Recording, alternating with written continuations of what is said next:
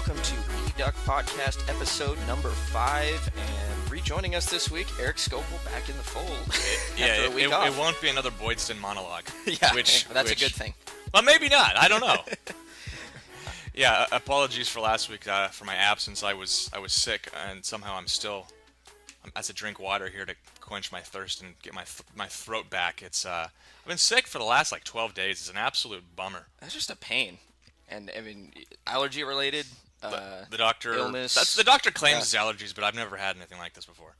It's always a pain in the butt. Allergies always hit you hardest the first time around. So yeah. Hopefully this is you'll get through it. The system gets used to it, and you'll be good to go after that. I don't know. You're talking to a lifelong allergy sufferer, so thanks for the sympathy. Before we get too much farther, Major Oni, Mario Gadini. Oh, you're gonna give? I'm giving them a shout out every week. You're giving them a weekly shout out. I'm sure they appreciate it. Yeah, well, promotion. You got to promote those who are helping you out, and so definitely want to keep promoting that. And it's a great beat. I love it. So it is, and it never gets repetitive either. So no. And okay, let's dive in. We had kind of a busy week in Oregon sports, and definely busy week with recruiting. So we're definitely going to dive into that. I think first. And you've got an exclusive interview. Yes. I understand. Yeah, we will be playing an interview with Mitrell McGraw, safety out of River Ridge, Louisiana, who is it seems like a top Oregon prospect, the way they've been pursuing him and the way he's been talking about him. And he's built quite a relationship, it sounds like, with defensive backs coach John Neal, just a bond over telephone conversations. And we'll let him tell you, the listeners out there, what he likes about Oregon and the bond he's been developing. And it sounds like he might be coming back for another visit. And he was out here a couple months, or actually back in April. He was out here, so might take another one. And he was. I will say this: he was supposed to release a top 7 today, which I believe you'll hear him mention in the interview. But just talked to him earlier, and he said his coach told him to hold off on that until June 14th. Why June 14th? I don't know. I guess maybe that's a significant day. So we're dangling the carrot towards the end of the episode. Yeah. So as I'm sitting here dangling a carrot, I don't know if this is exactly how you would do it, but I think that's pretty close. Keep listening, and we have no idea when exactly in the show that'll be, but keep listening, and you'll get that exclusive interview. Yes. And so let's jump into just a little bit of preliminary news. We'll start with baseball. Something Erik has been doing a great job covering for eDuck this whole season, and Oregon heading into their last regular season series against Utah on the road. Rough weekend last weekend against Oregon State. Well, it started out better. Started out pretty good, and then you came over and just ruined everything. Yep. They had the mojo going Friday. I was up there in the press box, that things were going well. I think they actually hadn't lost a conference game that I was present for. I don't think up until. Really? Yeah. That's pretty impressive. Yeah. So you are good luck charm. One UCLA game. They lost one UCLA game, and I was at. But still, your record's pretty impeccable. Yeah, it was. And you show up and you ruin it. And then Sunday, of course, the bad mojo had already. Boydstun had left his presence known. I left the stink in the press box. Yeah, exactly. Apparently. And well, in my defense, going into that game, I was 1-0 on the season covering in-conference matchups. That's correct. Did you believe you were Saturday for Stanford? I believe, yeah, and that was Healy had quite a day there. Against Stanford. Yeah, I think he was Player of the Week that week. Yeah, so it was, a rough week for Oregon last weekend against their arch rival, Oregon State. Likely, still kind of that pretty much conference title. Another year, another rough ending to that. Wow. Oregon State made things sort of interesting on Friday, blowing was an 8-run lead against Washington State, which is near the bottom of the conference. Yeah, it was very strange. I think after that game, the Beavers were 21 and 3 against the rest of the conference, and 1-3 against the Washington schools, who I believe are both in the bottom 4 in the conference. So that was. Sometimes you just can't overcome, just certain teams get you. Yeah. It's just to throw an NBA reference out there, and the Lakers can't beat the Bobcats ever, it seems, and so but there's no reason why they shouldn't every year. So yeah, I guess maybe it's just one of those things where maybe it throws a little mental jolt into them whenever they head up there or play those teams. But again, this weekend it seems like Oregon's bounced back and taken out their that bad mojo against against Utah and kind of turning things around. Back-to-back 6-2 victories. Yeah, and Friday right and now Saturday. I'm loading my cellular device to see the closest or the most recent tweet by Oregon Duck Baseball. Follow them if you are a fan. Oh, it looks like Utah's taking a lead now, and of course, Really? of course, this is 1:26 p.m. right now, and you'll be listening to this probably at 7 p.m. tonight or so. So enjoy the semi-live enjoy this. update. Yeah, enjoy this semi-live update. This retroactively live update. Utah score 4 in the 5th to take a 5-3 lead. Roughing up Jake Reed a little bit there. I assume he's still in the ballgame, so it sounds like it. So. Yeah, it's always one inning for him. It seems like. That's been kind of his thing this season. Yeah. It seems like he'll, and it's usually in the middle innings like that. It'll be like a third or a fourth inning where he'll give up, surrender, I don't know, 4 or 5 runs, and then pitch well around it. But that just seems like that's the hiccup, and is why he was moved from Friday to Sunday.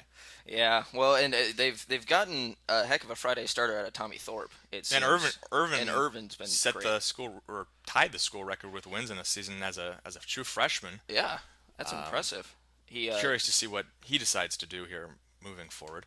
Yeah, well, it's got to be nice to look at Oregon's rotation, though, and just see Tommy Thorpe just got named to the U.S. collegiate team, so he's going to be pitching for them this summer. And so when you got a guy like Tommy Thorpe, who's a veteran, he came out of the bullpen and has become pretty productive in the starting role. And then you've got Irvin coming in as a freshman, and Reed, though he does have those hiccups. I mean, last year he seemed like he was developing pretty well as a pitcher, and this year, even though he's throwing some hiccups in there, it seems like he's still pretty solid, I would say. He's better as a third starter than a first starter. I don't think he's a guy you want to. I don't think he's a Friday night guy. A little bit. I'm not even really sure. I think Irvin probably has the best stuff and probably is most. Do you see him going Friday next season? That's what's going to be. I mean, all 3 of these guys should have the potential to come back next year. None of these guys are seniors. Yeah. Really, and the entire pitching staff, that's the case. Right. With the exception of, I believe, Daryl Hunter, and then Hunter's a senior. And then I think I heard Christian Jones was leaving, trying to go professional after this year, is what I heard in the press box, and that actually came the day after he struggled against the Beavers. Yeah, are you referring to the Saturday? Yeah, that was an ugly 8th inning. I will tell you that much. That was pitches being thrown behind batters, lots of balls in the dirt, just a lot of mental errors. And when it rains, it pours, I guess, that's what I was thinking in the press box, was just what's going to happen next. You can just sense that luck wasn't on their side, and they were having trouble putting the ball where they needed to put it. Meanwhile, Andrew Moore for Oregon State during that game was just incredible. That was something that they loved talking about after the game, was Irvin versus Moore for the next year or two. I mean, good Lord, that's going to be a fun pitching matchup. It is, and it's, as if you're an Oregon fan, you have to be a little bit disappointed he decided to leave Eugene. Yeah. Especially, him calling Horton on vacation and delivering the news to him, saying he was going to go. Horton, give Horton credit. He didn't sound like it was sour grapes or anything after the game. He understood why he did it. But that was an interesting story to hear firsthand from Horton in a post-game press conference. You want to retell it for the listeners if they haven't heard the story? Right. So Moore was a North Eugene prospect, very heavily recruited by Oregon State and Oregon. And Horton, and actually Andrew Checketts, the old pitching coach for Oregon a couple seasons back, was the one who initially started going after Moore and recruiting him. And it sounded like Oregon was doing what they needed to do to get him there, but eventually it sounds like Moore wanted to go to Oregon State. They had a solid program, but also his brother is at Oregon State as well. And so it sounds like family ties played a little bit of a strong, a big part in that decision. And so Horton got the call on vacation, and I think he tried to sway him the other way, but still Moore's mind was made up. And I think it was a tough decision for him, and it's even tougher for Duck fans now after seeing what he did last Saturday. It's what he's done all season. Yeah, it's just he's been fantastic, and to come into PK, which during those Civil War games does become a hostile environment. And a little bit there, and for him to come in there and just he looked like a seasoned veteran. Yeah. He was great. It reminded me a lot of Tyler Plutko a couple seasons back when he was at UCLA as a freshman and coming in and out pitching Cole or was it Trevor Bauer and Cole. Oh, the name's escaping me. UCLA's had some good pitchers down there. Yeah, they have. They've had quite a few, but he was the star of the weekend through it. I think it was a 3 hitter against Oregon on that Sunday. That was a great pitching performance. So Friday night Thorpe throws. They jump out to a 6-0 lead. Thorpe throws 7 innings, I believe. No hit baseball. No hits. That's pretty great. And that would have been to say the least. Well, I think they pulled them out with a pitch count 96, a no hitter still intact. Kind of curious. Horton's done that before. I'd be more curious if it was a home game. I'm sure someone would have asked Thorpe. You probably didn't want to come out of that game. I can't imagine. Oh no, I don't know any pitcher that wants to come out. No one wants to come out if you're throwing a no. And I think he did have 5 walks, so it wasn't like he was far from perfect. It wasn't like it was a perfect game, but regardless, nonetheless. And yeah, I mean, it's still an incredible performance, and I would have fought tooth and nail to try and stay in that game. I'm sure he probably tried to plead his case, but knowing kind of what's at a little bit at stake, they're still trying to play for that national or the national seed, and they're really trying to, I think also it was probably important to get some more confidence back in that bullpen towards the end of the season based on their kind of poor performance. That's a good point, and to save Thorpe's arm to a certain extent. I mean, of course, I'm not sure if throwing 120 pitches over 96 pitches, how much of a difference that makes, but you certainly want him as rested as possible heading into postseason play. Yeah. Oregon, of course, likely to host a regional, super regional, still in question, competing there. Probably one of about 3 or 4 teams competing for that 8th national seed. The national seed, of course, meaning that they host the second round as well if they win the first. Yeah. And I remember reading, was last weekend, I think before the Saturday game, Aaron Fitt, who's a great college baseball writer, said he was pretty confident in Oregon being a national seed at that time. Now, obviously, with the 2 losses, that probably throws some things into a little bit of uncertainty. But I do believe that with a strong showing, especially if they can pull off the sweep today, obviously they have to make the comeback, but they pull off that sweep, that even against a lowly Pac-12 team on the road, they're still going to have an impressive win-loss record. They're going to look at they're going to see the teams that they did struggle against were pretty quality teams, and that I don't think the regional, obviously I don't think is in doubt, but if the chips fall there a certain way, the super regional in Eugene isn't out of the question. This would be the first time they would be set to host one since the program's been super regional. Yeah, no, they hosted last year against Kent State. Apologies. First, if they were to win, that would be the first time they go to Omaha. Yes. Okay. Well, and just to let everybody know, it looks like tomorrow at 9 a.m. That's noon Eastern time. The selection show will take place. Oh, fun! So that is upon us. Yeah. Last year it was out at the Cooler. They had their little. Did they? I'm curious if we'll get some sort of insight into where that'll be this year. It's really weird going to a bar at 9 a.m. I'll tell you that much. You do that often, there, Robbie? No. That's why it was weird. That was a nice little setup they had last year, and it was kind of funny seeing Horton do the live interview with ESPN while in the Cooler. I've never seen that before. That was definitely interesting. Yeah, at the Cooler. Well, yeah, that is an interesting selection there. I feel like the University of Oregon probably has a number of locations that would work just as well. Oh, yeah, I'm sure.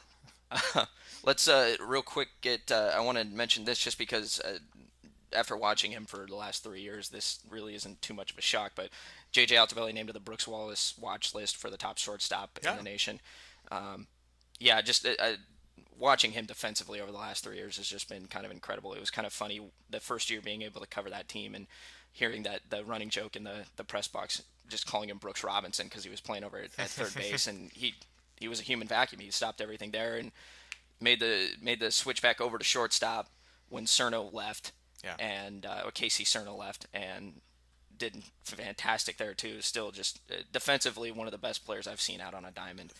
I think the middle of that infield's just tremendous. Payne's great over at second as well. Correct. That has to be one of the better. And I think statistically they, entering the UCLA series, had the lowest percentage of errors committed. No shock there. I mean and then of course Tolman, I think, threw 4 balls away that week to ruin that stat. Setting the jinx. I haven't looked recently, but I imagine that even with those errors, they probably still remain in the top 25 or so in that statistic. Yeah. And the middle, I'd be curious to see in terms of middle infield errors committed. I got to think those. I can't remember more than 1 or 2 all season I've seen. Maybe not even that many. Yeah, and it's hard to really even try to pick out those errors. I'm trying to rack my brain for those errors of the last couple seasons and don't really remember Guys have done much. a tremendous job there, and that of course is so valuable with the way they try to play. Where one base runner comes on and scores is maybe the difference in a ball game, as it was when Tolman committed that error, and I think it was a Saturday game against UCLA, which UCLA took. And now we look back and see how valuable that game was. If Oregon had won that game, they'd still be fighting for that championship. Yeah, and the thing that really does stand out to me with JJ and Aaron Payne and just that whole middle of the infield and the style of play, like you mentioned, is that they need not only just that solid core defensively because they rely so much on pitching. That's Horton's game is pitching and defense. They're not a huge offensive team. I think Ryan Healy just hit the 50 RBI mark for the season, and was leading the conference in RBIs. That's a big deal for Oregon because it just in the 2 years covering that team, they didn't really have a bunch of offensive firepower. I think they've gotten better. I think you can 3 players, verify that. Yeah. Well, I think I mean I don't know how much better they are in past years, but 3 players conference player of the week. Right. In Tolman and Heineman as well. Heineman had that weekend up down in Berkeley where I think he hit like 4 home runs, all 4 of his home runs in the season in like 3 games. So loves that Bay Area air. Yeah, loves that air down there. And then of course Tolman had that 7 RBI game. I think it was against Seattle. Yeah. That huge weekend he had a couple weekends ago in the middle of the week series, actually. And then over at Ohio State, I think continued to hit the ball well. So, but yeah, and those guys, of course, both seem to be all 3 of those guys, and then of course you have to question. I think Healy has the potential now to go pro. I don't know what that decision. Yeah, I think you're gonna have to wait on that. Or not, but. So let's move on now to we'll talk real quick about Oregon softball. They're hosting a super regional this weekend against Nebraska. Game 1 did not go super well for them, losing their first game at home all season. Yeah, that's right. To Nebraska, 5-2 on a largely aided by a grand slam by their right fielder Brooke Thomason. And it was a tough loss for them because again now they've got to regroup and win 2 today. Yeah, absolutely. You got to win the doubleheader today. You got to sweep it to advance to Oklahoma City. And they missed out last year, so they're chomping at the bit. Well, and Oregon has to feel that, of course, if they were to win, they'd advance to play Washington, who they swept this year. So they, in my opinion, should be heavily favored in that series. Do you think maybe they got caught looking a little bit ahead? Oh, I don't know. It was really 1 inning. Yeah. Where they gave up all 5 runs. So you kind of wonder. And Jess Moore, who's been so dominant all season, I had the pleasure of covering her when she threw a 5-inning perfect game against, I believe it was Utah.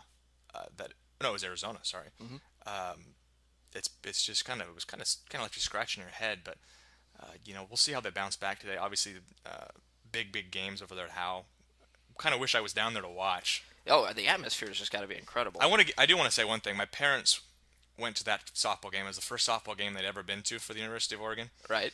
So they're now 0-1, and I told them they can't go back because they had You're banned. 23 straight, I think it was, entering that game, or 24 straight entering that game, and then of course they. And if there's one sport that really does believe in the jinx, it's baseball and softball. So yeah, I might be banned from covering any regional or super regional games for the Oregon baseball Update right team. now, not good for Oregon softball. 3-1 Nebraska in the bottom of the 5th. Oh, so again, you're seeing Oregon's offense, and this. It's the offense. All I know is basically just reading off these reports. I haven't really gotten a chance to watch much of them, so sure. I can't really speak a ton on them. But I've just noticed that their offense has just been stagnant, especially in the tournaments, and so they've had to rely a lot on Moore and her pitching ability and their defense, and they just they got through. They were able to get through that in the regional stage, but they're playing a tougher caliber team Sure. and a number 14 ranked team in Nebraska. Yeah, you do wonder what the issue is there because they've got some some bats there. A couple of girls who are really high on the RBI list and school list, career-wise and season-wise. So to see them struggle like this is a little bit of a surprise. I think one of the things that I was really impressed with when watching them is that I think I covered 3 games and 2 of them they 10-runned them and threw no hitters. Wow. So that's about as good of a combination as you can get to score 10 run them and not allow the other team to hit the ball. So it's just dominance. Yeah, and the pitching. I mean, five runs in softball isn't necessary. I mean, you score a lot of runs in softball even if your pitching's dominant. Mm-hmm. And of course, it was really just that one big hit that cost him the game. But a little surprising here. And if that score stands, very disappointing, I think, for Coach White and the Lady Ducks. Oh yeah, especially there was a lot of high hopes coming into this weekend. Just reading reports about this was supposed to be the year to make it to after last season missing out. They've come close a couple times in the past as a 3 seed, and which means that being they're at considered the number 3 team in the country. Yeah. To drop out and not make it to Oklahoma City would be pretty bad, pretty tremendous, I think. Yeah. So we'll hope that score changes, and we'll update you. Reverse jinx. Let's hope we reverse jinx. My rally cap is on right now, by the way. There you go. That's true. So let's dive into. Do we want to talk about football, or is this something that I think everybody kind of knows about? When you say football, everybody knows a lot about football, but right. The official the public documents were released for the we're talking about it, so we might as well continue talking about it. I guess. We'll touch on it real quickly. Obviously, there's nothing really new here, but they did officially document or release the documents that say in print what Oregon is accused of, being sent to the corner for, I guess, being in trouble for. Sent to the corner. That's the way I just imagine it. Just go sit in the corner. Mark Hamill's just going to point at him and just go sit in the corner. So yeah, obviously this has to do with the Willie Lyles situation. What's his name? Willie. Yeah, that's a tongue twister for me apparently. Willie Wiles? Willie Wiles. It's like a Looney Tune character. Yeah. So essentially, run down real quick here. The NCAA claims the university, and I'm quoting this from from the documents. So the NCAA claims the university committed the following major violations. Note some allegations are redacted. 1, having Will Lyles, again, Will Lyles, a scouting service provider, make impermissible contact with prospective student athletes. Number 2, paying for subscription recruiting services that didn't comply with NCAA regulations. Number 3, placing 730 impermissible recruiting phone calls. That seems like a lot. Number 4, having too many coaches involved in recruiting activities. And number 5, the NCAA says this, and this next bullet point says the NCAA says the school didn't adequately monitor recruiting activities, and that the notice of allegations does not include any mention of lack of institutional control, which is the big one that they talked about when this initially came out, which that could have led to harsher penalties. However, they could be under a repeat offender clause for a violation in 2004. To me, that's the only thing that's been released that is potentially concerning. Yeah. I know there's been a lot of rumors on the internet and a lot of posters and eDuckers and everyone out there is really kind of reluctant to read too much into what people are saying, but that people are kind of saying it's being leaked out right now that's not going to be too harsh. It's going to be similar to what was initially proposed by Oregon, which was a minor scholarship reduction, no bowl ban, no forfeiture of wins. Forfeiture of loss, they'd probably be fine with. Yeah, exactly. That's always nice. But you of the thing you listed off, I think those seem to be maybe lead to what people have talked about in terms of the punishment. The only concern there though is that repeat offender thing and how strongly they consider that to be and what that leads to, I guess. Right, and that's again you put it, you nailed it right on the head there. That's the only thing there that if you're a Duck fan, you should be a little bit squeamish about. I think that should they be squeamish? Yeah, I'm trying to a little bit of new vocabulary, I guess. But it's I'm gonna bring a thesaurus next time. Okay. Well, new word of the day every week. But no, the with these again, nothing super new, and we already said we don't want to speculate too much until the actual ruling comes down, which should be I actually don't want to speculate soon. at all. There you go. So I do not speculate. So we won't. But that's the funny thing is at this point that's pretty much all anybody can do. If you're trying to get more news out of this because the NCAA is so good at keeping a lot of things mum. It's the one thing they're good at. So yeah, exactly. It's to be critical. And so again, there's something to keep an eye out on. In all likelihood, they should know what's going to happen before the season starts. I think sooner no guarantee than that. Was it April 14th was when they were said to, or 19th? And then I think it takes. I think it was. Yeah, and then about 2 to 3 months. I think it was 90 days. They have to make an official announcement. So 90 days from April 14th. So yeah, definitely should be before the season and probably by July. Yeah. So that gives them enough time to. Is accurate, which I'm not going to challenge it. Probably isn't. I'm terrible at math. So that's good to know. I'll take advantage of that from now on. All right, so we'll move on from that. Let's talk a little bit of recruiting. Why not? Kind of a fun little week in recruiting, actually. Had a couple new offers out. Saw that, yeah. Actually, it looks like 3. So found out on more than a couple. Yeah. Actually, a trio. Offers. And a few. That qualifies as a few, doesn't it? It's a few. Yeah. So we'll start with Arian Springs. Found out on Tuesday evening, announced on his Twitter account that he had received an offer from the University of Oregon. Talked to their coaches, and 6 foot, 190 pounds, plays safety. Watching his game tape, he also seems to line up sometimes as kind of like a third linebacker. In versatility is something defense. that the defensive coaches really look for. So obviously, if he's somebody capable of playing multiple positions, that's something that they're going to, that's very highly regarded. Oh, yeah. And I think he's going to need to put on a little bit more weight to be the linebacker spot.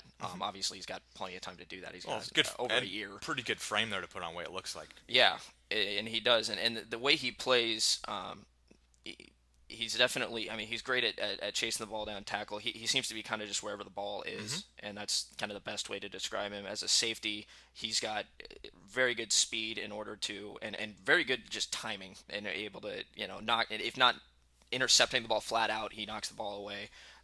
He's just very good at timing his jumps and timing where he needs to be on the field. And then as a linebacker, just seeing him go through the line, it didn't seem like he was extremely explosive, but he was able to again, he knew where the ball was going to be, and so he went there and he made the play, and he's a playmaker. Out of Texas? Out of Texas, yeah, San Antonio area. And he right now, from what I read from reports, his only plan right now is to go to Miami just to camp. He has no Who doesn't want to go to Miami at some point? If you're invited to a camp and you got to choose between Miami and Eugene, I would never turn that down. Miami's so nice. The Florida area is actually really nice. I think the beach is nice, so pretty much anywhere down there is probably pretty nice. Oh yeah, and for an 18-year-old kid, I'm sure that's there's a lot of things down there that entice an 18-year-old kid, I'm sure. We don't need to go into that any further. That's dangerous territory. We won't go specifics. But Nebraska, Michigan State, Oregon State, Oklahoma State seem pretty interested just based off of just reports of their intentions to go down, visit him, talk to him. Yeah. So Oregon coming into play there, obviously they'll jump into the fray there. We'll keep tabs on just seeing. Haven't been able to get in contact with him for an interview yet. Have tried to establish the contact. So once we get the chance to talk to him, we'll get a sense for where on the list Oregon is. Where could he be a candidate for next week's exclusive recruit interview? I don't want to promise it, but if he does agree to the interview, I think that's a very good shot. So you can play him this segment right now where we're saying he will be on the air next week. Yeah, exactly. We're not saying that, Arian. If you do hear this, so don't fret. Yes, but we would love to have you on the show if you would be so inclined to do so. We'll move on to defensive end Matt Dickerson out of San Mateo, California. Goes to Junipero Serra. That's a fun high school to say. It's almost as hard as Willie Lyles. A little bit. Point taken. Some might say it's harder. For me, yes. He has over a dozen offers, most of them Pac-12 West Coast schools. Nebraska and Arkansas are the two schools that kind of stood out that weren't kind of around the West Coast, west of the Rockies area. Both have done a pretty good job of recruiting in California, too. Yeah. I don't know what the connections are, but they seemingly every year they grab a couple guys. Well, Nebraska, I think, can work on name recognition alone, but I'm sure they're bringing in coaches just to try and establish those pipelines like Oregon's doing with Lubick, in the southeast and the Colorado area, and obviously Aliotti with we've discussed about him in NorCal. So Matt Dickerson, defensive end, it looked like I seen him line up in the tackle position as well a little bit for during based on his highlight film, and very good. He has good fundamentals for a lineman, but he pushes. He's able to get to whoever's got the ball. Again, I talked about this with Arian Springs, and Dickerson's the same way. Just kind of goes after he's everywhere the ball wherever the ball's at, that's where he's at, and he's able to not only that just shake off his blocker to get whoever anyone running by. He's able to kind of wrap up a great tackling ability, pretty good speed for his size, definitely, and had 50 tackles, 4 sacks last season, or over 50 tackles and 4 sacks last season, according to his biography. So definitely another solid offer for Oregon to get out there, especially at the defensive end position, where it seemed like the defensive line was going to be a little bit in terms of prospects. It wasn't as highly touted as in years past. I was going to ask you. So we talked about a couple weeks ago, wide receiver and I think defensive back, if I recall correctly, were the two positions you saw the most offers coming out. A little surprised now to see a couple defensive. I'm actually kind of pleased to see that, because defensive end was a position that Oregon didn't even wrap up until the last day last year. Yeah. They got one guy, and so. Of course, the year before they took like 6 defensive linemen. Right, but they're right about on the cusp again, where you start getting to that. You got to plan for the future. Lose a couple of guys to graduation, 3 guys this year to graduation that are key contributors, and of course that big sophomore class. Mm-hmm. But yeah, of course. Yeah, so you want to be able to kind of project into the future, and you want to grab good talent while you can. Especially you don't want to just look at it and if you've got the open space for it. And that's the thing, you gotta remember, these guys they know the coaches lay out on their board, this is how many guys we can take at this position. We know, Mitchell McGraw, in fact, even said on his visit that they had lined out that Oregon might take up to 4 or 5 DBs this year.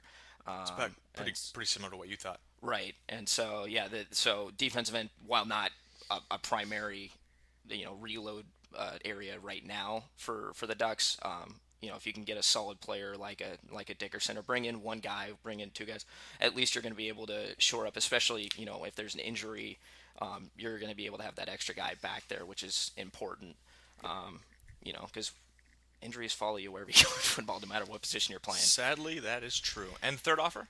And the third offer, Jimmy Swain, another linebacker out of Missouri. And this one... That's new ground. Yeah, that is. And it was Don Pelham who actually went out to talk to him. DP. And so Don Pelham went out, talked to him. I guess he goes to Lee Summit High School out there in Missouri. And I'm sure lots of Lee Summiters are listening right now. Shout out. 6'3", 212 pounds. And this guy's explosive. Yeah. I watched his tape, and he is fast for not just his size. He's just plain fast. And what impressed me about him, I believe he's a 3-star, and I'm looking at that going, that personally I think that was a little off, because he's just, even if a guy's changing direction on the field, he's just got this burst of speed through the line to go and chase after the quarterback, running back, whoever's got the ball, and he's got great tackling ability. Again, he hits really hard, but what surprised me was like players would change direction on him and attempt to cut moves, swim away, and it was just he would be right there with him, and he could keep speed with anybody on the field. He's just terrific field vision and field awareness of where he's at, and so I like this offer a lot for Oregon. Great, again, that burst of speed. If you get a chance to watch his tape, go check it out. It's pretty good. Over a dozen offers right now. Mostly Big 12 and SEC guys. Yeah, a lot of those guys, and so definitely got to keep your eye out on. And we'll you move. Think I'm not familiar with whether or not where he's from is a very big school. I have no idea. At least some, I have no idea. I'm not familiar with. I wonder how much of evaluation he's had, and that might be part of the reason he's so not quite as highly regarded in terms of the star rating. And it could be. And I think with Oregon, really, it seems like they're trying to get guys that aren't necessarily huge on the radar in terms of just common names that I've seen with the recruiting cycle. They've offered a number of they've offered a number of kids that just seem like they're really trying to pick up these kids that aren't, they're well known but not as well known, I guess, and try and pick up on some under the radar kids in the hopes of maybe getting them early and being able to kind of bring them in. And again, these are guys that they look at and they fit the system. They fit the scheme that Alioti's trying to put together. They fit the scheme that Pelham's trying to, aid in putting together there, and what he wants in a linebacker, which is an explosive type of player that can make plays all over the field. And actually, that's a good reason to get into this next one, because it's good for Oregon fans who follow Oregon football, meaning state of Oregon football, and Joey Alfieri. Yeah. Jesuit product. And we've talked about him before. He had interest in Oregon when I interviewed him about a month ago, or about 4 weeks ago. And he had the interest in Oregon. He'd already gotten the offer from Oregon State. He's had that for months. And his family's got connections to Oregon State. But he said, obviously being an in-state kid, I want to, it would be great to be scouted by Oregon. Sure. I have the interest in Oregon. He ends up going to the spring game, takes a little bit of a tour, gets to talk a little bit with a few of the coaches, talk to Don Pelham, talk to Nick Aliotti for a while, is what he told me. And then he said it just seemed like the interest started picking up all of a sudden. He said, I've been keeping in contact with Pelham since then. And that Helfrich, Coach Mark Helfrich, was the one who kind of took the initial shine to him. He said that they had all sat around, evaluated his game tape, and really realized what he was able to do on the field.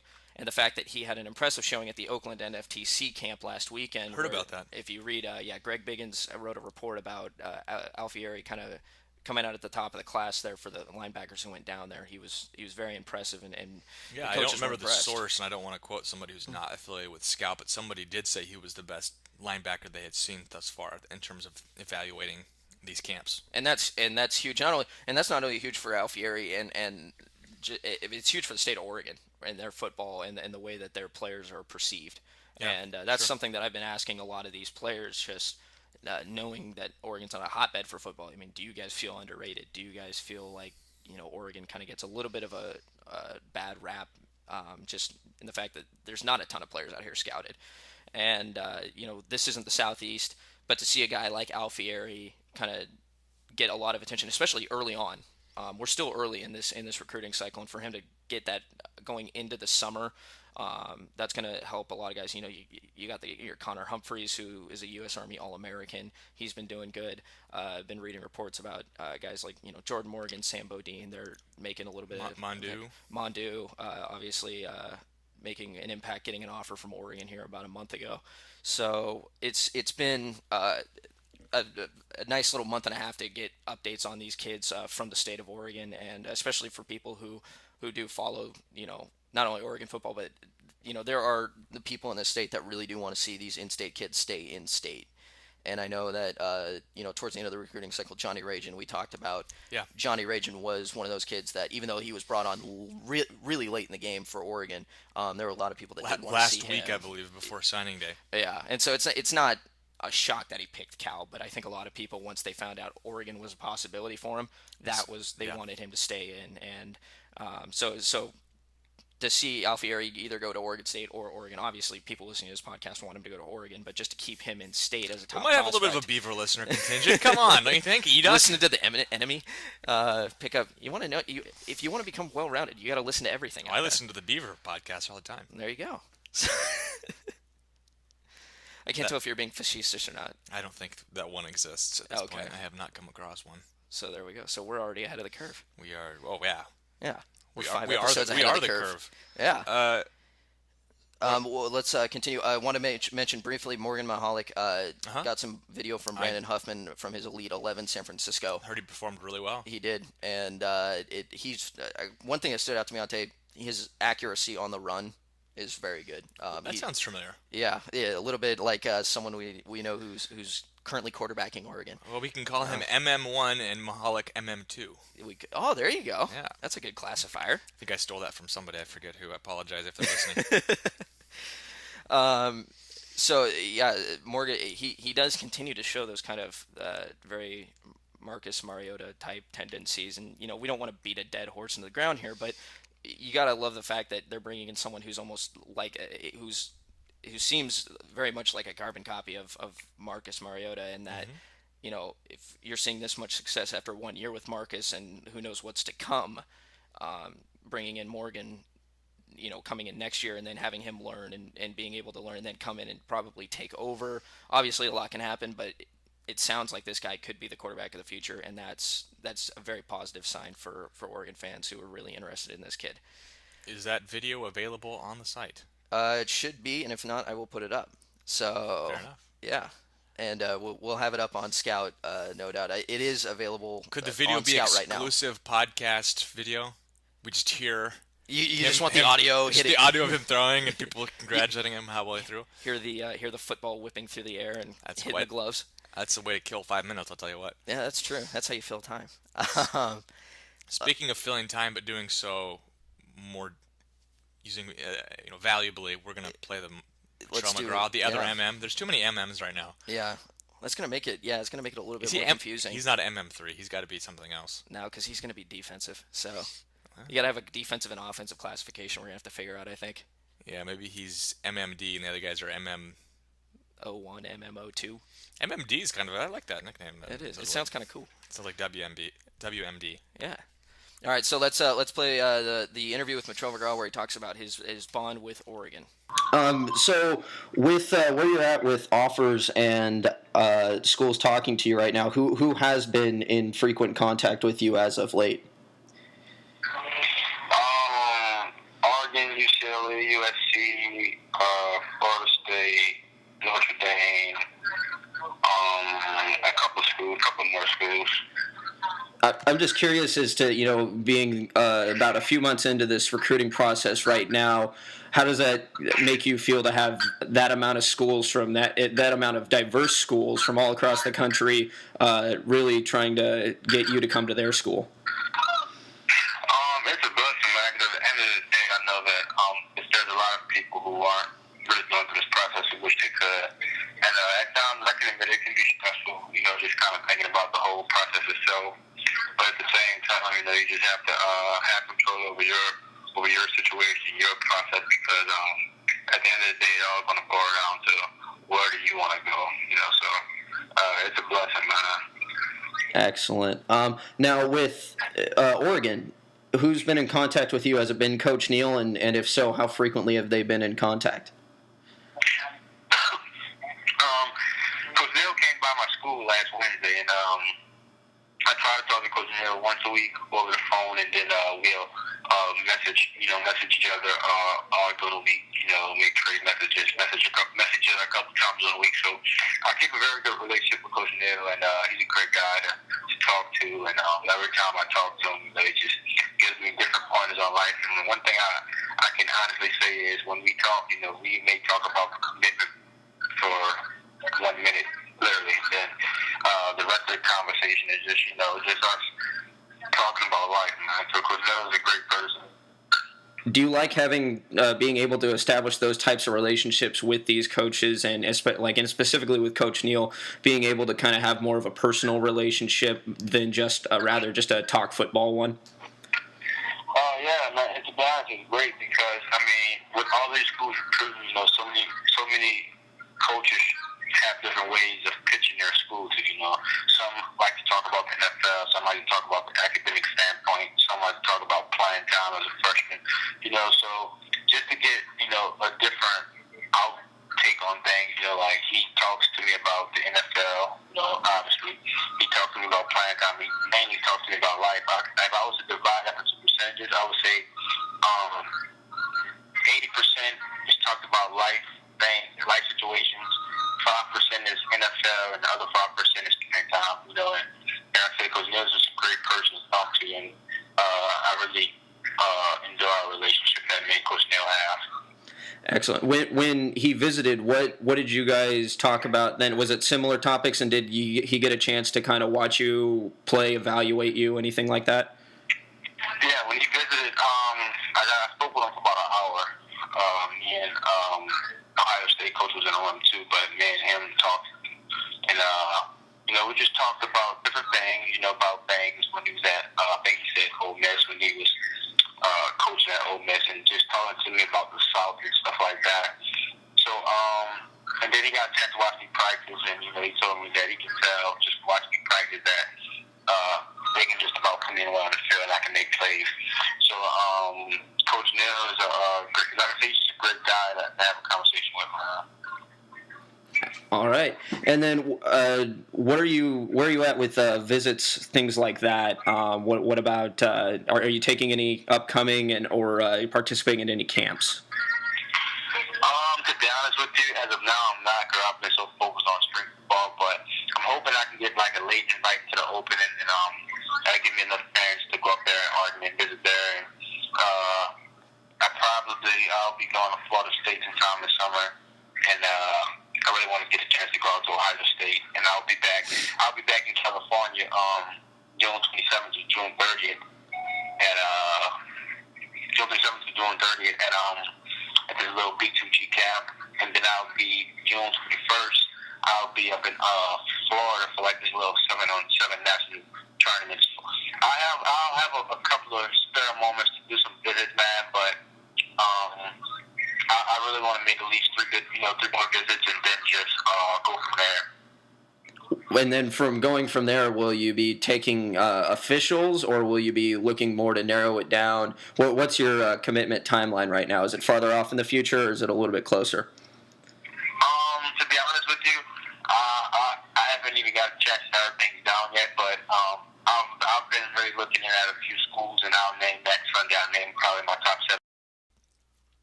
That was Matrell McGraw. That's almost as difficult as Willie Lyles, apparently. Willie Lyles. Getting it down. From now on, if you have to read or say Willie Lyles' name, just point to me and I'll say his name. How's that sound? That's actually a good idea. Willie Lyles. There you go. Okay, anyway, that was Matrell McGraw. For some reason, I'm having just as much trouble with that name as you're having with Willie Lyles. Mm-hmm. What were your initial impressions? One thing that was interesting is the first 3 schools he mentioned were West Coast schools. Mm-hmm. And I wonder how much of an influence the West Coast plays into his decision, and how big of a benefit that is for Oregon. Well, let's preface this by saying he has almost 40 offers as a 3-star safety. Is that a lot? A little bit. This early in the game, 40 offers. How many D1 schools are there? 120. So he's got about a third of them after him. He needs to work on those. Yeah, not a great percentage. But 40 offers from all around the country. Yeah, sure. And he mentions, like you said, the West Coast first. And the fact that he mentioned a lot about Oregon, it wasn't a bunch of leading. I wasn't trying to lead him into. I was leading him for a couple. Perfectly. But the fact that he's bringing up Oregon as one of those top schools, and the fact that he does want to get out here, the fact that he's trying to get that opening invite, which is something coveted by anybody. You're one of the top athletes in the nation if you're invited to the opening. I do think, and not to take away from. We can come back to Matrell and the interview, and I think that this whole opening thing to me is very curious. Explain. Well, just because I don't see how this is all that much different than anything else, than even kind of what was going on with the Willie Lyles situation, which is this is almost an excuse to get these guys. Bring them out here for the coaches. Yeah, and obviously it's affiliated with, I think it's with Nike. It's on the Nike campus. Mm-hmm. But you were mentioning, or you had mentioned while we were discussing it earlier, that was Racine Thomas from Alabama, running back, was also going to use this opening. Basically, they're using the plane ticket to get to Portland, and then they can, on their own dime, get down to Eugene. So it's an unofficial visit. Yeah, and it sets up nicely for Oregon. And it works perfectly for Oregon. And I don't know where all the other locations. I know that there are a couple of other camps that are similar, probably more than a couple. I'm sure there are a lot that are similar to this.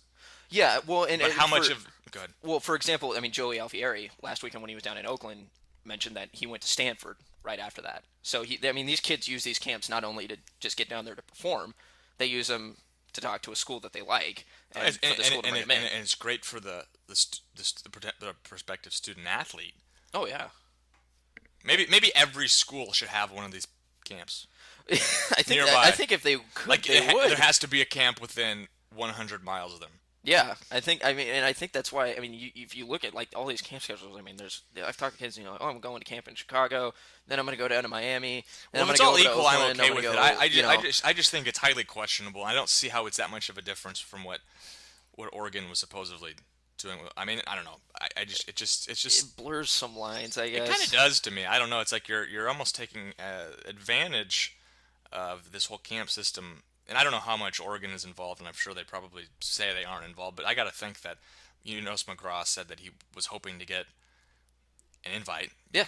You do wonder, and I don't want to be presumptuous, and I am being presumptuous. You do wonder how involved Oregon is in terms of ensuring that some of the prospects that they're interested in are invited so that they can take advantage of that. Oh yeah, I'm sure, and that's one of those situations that's a little, that's kind of the I the I don't know if darker side or whatever, but recruiting is a shady business, as it is. And this is in the shadows, right?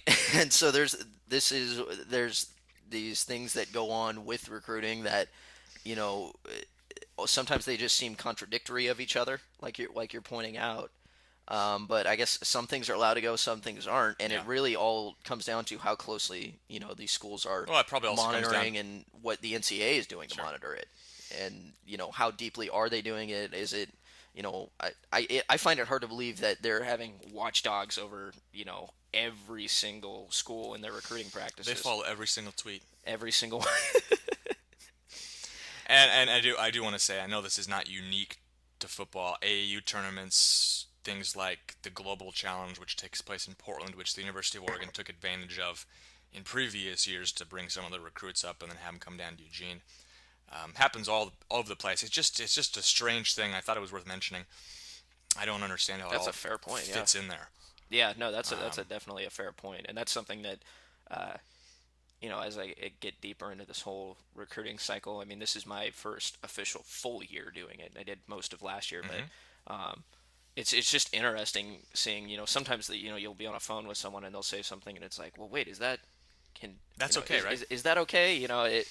Certain details and so it is kind of, there's some points where, you almost want to pick up the phone and call someone and be like, is this okay to record? Call compliance. I don't want to, you don't want to bust a school. I mean, I'm sure there's some people that would be like, yeah, no, bust Washington, for us, like turn them in for something. But, and I'm not saying I know anything, but I'm just saying, there are things where you listen and you're just like, wow, that seems, almost excessive or a little bit much. And it's just all, I think it comes down to where they decide to put the hammer down on things, and how closely is the NCAA paying attention, and how closely are the schools monitoring their own recruiting practices. Yeah. There's times where you need to tighten up on it, and then there's times where I'm sure they feel like they can let the leash loose a little bit more because there's not as many eyes on them. And that goes for any school. Mm-hmm. So, we touched on Thomas. He will be trying to get up to Oregon. He's the number 3 running back prospect in the nation. Had 1,768 yards and 24 touchdowns last year. I thought that was going to be how many offers he had. He's got a little bit better percentage than Metro, a little bit in terms of the. Is he at 50? No. Thomas, actually, Thomas has. Actually, I do not have his offer list in front of me, so I cannot confirm that. But so regardless, what Metro did is on the show. We don't presume. Exactly. Yeah. So I don't want to say that, but I will say that Metro's offer list is quite impressive. So we'll. I think that really does cover all of recruiting. Had a pretty healthy week there. We'll do our best to get more next week for sure. And we know for sure Arian Springs is coming on the show, right? Right. Yeah, Arian next week. He's.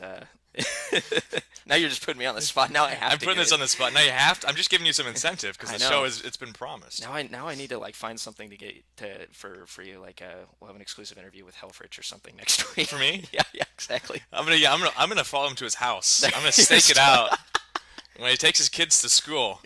Mark, can I have a couple quick seconds? Thank you. Okay, so that covers recruiting, and that's what I had on my list to discuss for Oregon this week. Yeah, that was the entire docket that I had down here.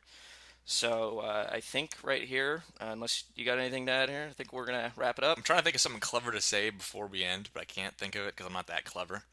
Yeah, so it's always harder. You got to let it come naturally. Yeah. So we'll just let Mario Gadini and Majoroni, Heavy Heaters, take you guys out. And I'm gonna guarantee I'll open with something clever next week. There's your guarantee. It'll be a clever opening. I've got to get Arian Springs. Yeah, those are our incentives. Mine's easier than yours.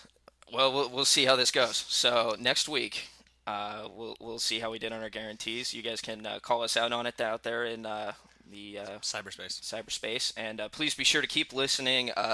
Just notice that we've been getting a healthy list of or a healthy number of listeners, and we'd like to keep that going and keep it up. Tell your friends, tell your family. If you got Duck fans, we do our best to cover as much as we can every week and bring something with a lot of content and some entertainment. And so, thank you for listening. We're making guarantees, but have they followed up on their guarantees? How many more followers have we gotten on the Twitter? I've gotten, I think since the show started, I think I've gotten up to like 14. Okay, so that's pretty good. I think that's healthy for me. I think I've lost 3. Oh, really? Yeah. All right, so everybody follow Erik Skopel at Erik Skopel on Twitter. Follow him. He always brings the news, brings the good content. It's definitely worth the follow. If you want to follow me, I'm at Boydstun eDuck, but that's not guaranteed unless you want to listen. Half my tweets are about WWE too. We have 3 guarantees. I'm gonna think of something clever to open next week with. You're gonna get Arian Springs in the program, and the listeners are gonna follow me on Twitter. Yes. So we got those guarantees in place. So, all right. Happy Memorial Day, everybody. If you're listening to this, it'll probably be up tonight, Sunday night. So just happy Memorial Day in advance, and have a great weekend, 3-day weekend if you got it. Enjoy it, and we will talk to you all next week. Bye.